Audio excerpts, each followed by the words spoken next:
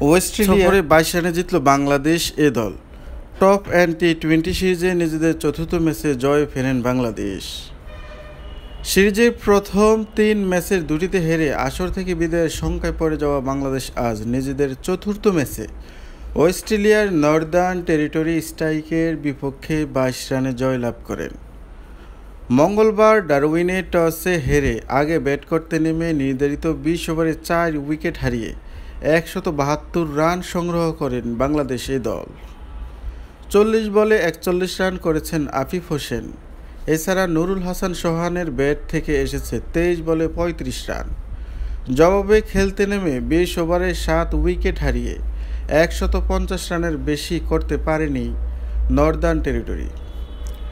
173 রানের লক্ষ্য তাড়া করতে নেমে 20 ওভারে 7 উইকেট হারিয়ে 150 রানের বেশি করতে পারেনি নর্দার্ন টেরিটরি।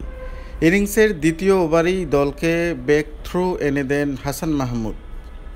এই ডানহাতি পেসার 4 রান করা জ্যাক ওয়েদারল্যান্ডকে ফিরিয়ে উদ্বোধনী জুটি বড় হতে দেননি। সুবিধা করতে পারেনি আরেক ওপেনার ডি.আর.সি. শর্ট। অভিজ্ঞ এই ব্যাটারকে সোহানের ক্যাচ বানিয়ে ফিরিয়েছেন রিপন মণ্ডল। এরপর